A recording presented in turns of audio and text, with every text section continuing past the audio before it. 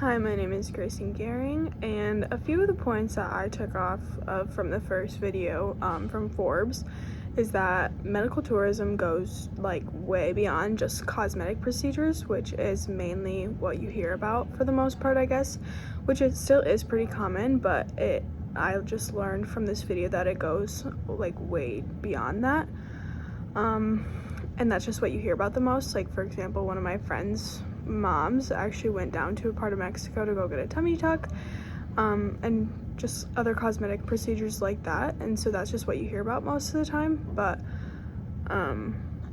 yeah, it goes way beyond that. Another point I picked up on would be just that there's a sense of freedom and decision making of when they want the procedure, what kind of procedure they want, and it's going to be more likely close to the price range that they would like, as opposed to where something's closer to them, or just in America in general, like if you're going outside of your borders.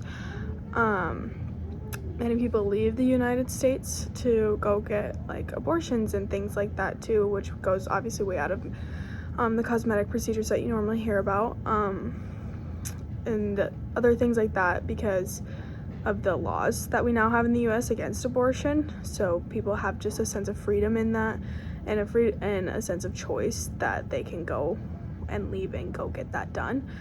Another point that I picked up on is that medical tourism is great for the economy of those certain towns that are getting people in to get procedures done. At least in the example of Houston, Texas, which was in the video, because most people who travel there are spending about 10 times as much as normal tourism to get that procedure done, and also touring the city at the same time and doing those acts of tourism. And some might have to stay at apartments nearby for a short period of time, or other things like that, etc.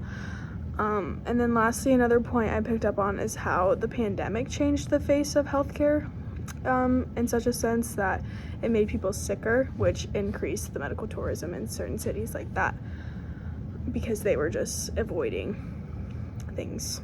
Yeah. From the second video, which was a TED Talk, I picked up on the point that medical tourism has greatly changed the way our healthcare has assessed and delivered in our world today, and added to the growth of health disparities. That was a quote from her, which is a negative thing. A lot of the things on that video were mostly about the negatives of medical tourism.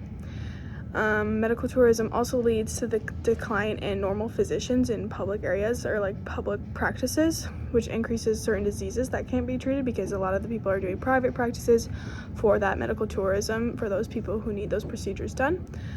And so when you can't leave the country for medical treatment, there's also a way higher risk of infection, which in the US you can sue for malpractice pretty easily if that happens to you, and if you get it done in the US.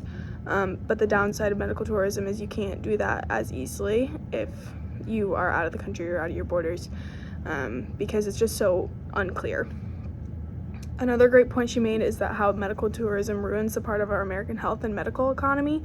When you go abroad for a procedure, you're not contributing to the medical system that you're supposed to be using. In turn, you're losing money for that system.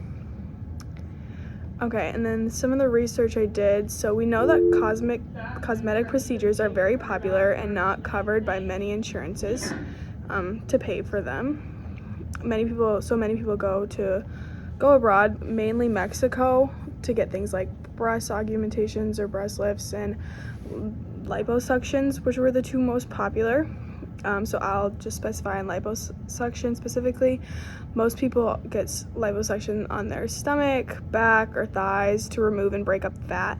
And the benefit of going abroad, or specifically to Mexico, to get a procedure like liposuction is that the procedure started at about $1,500, and that's out of your own pocket. Obviously, no insurance with that carries abroad, but in the US, procedures like that cost so much more, especially when your insurance doesn't cover it. And so it's a lot cheaper, and people are a lot more financially able to do it when they go abroad like that. So also in Mexico, the sites are great, and many times people just make a full vacation out of it while they recover. So the recovery time for liposuction fully is 4 to 6 weeks. However, it could take longer with more fat, and you can usually be out and about by like day 5 or so. And that's about perfect timing to make a vacation out of it, I do say so myself. And yeah, mainly insurance coverage plays a huge part in why people go abroad for those kind of cosmetic procedures, specifically liposuction and stuff like that, because their insurance doesn't cover it, and so it's a lot more financially able to do that if they go abroad.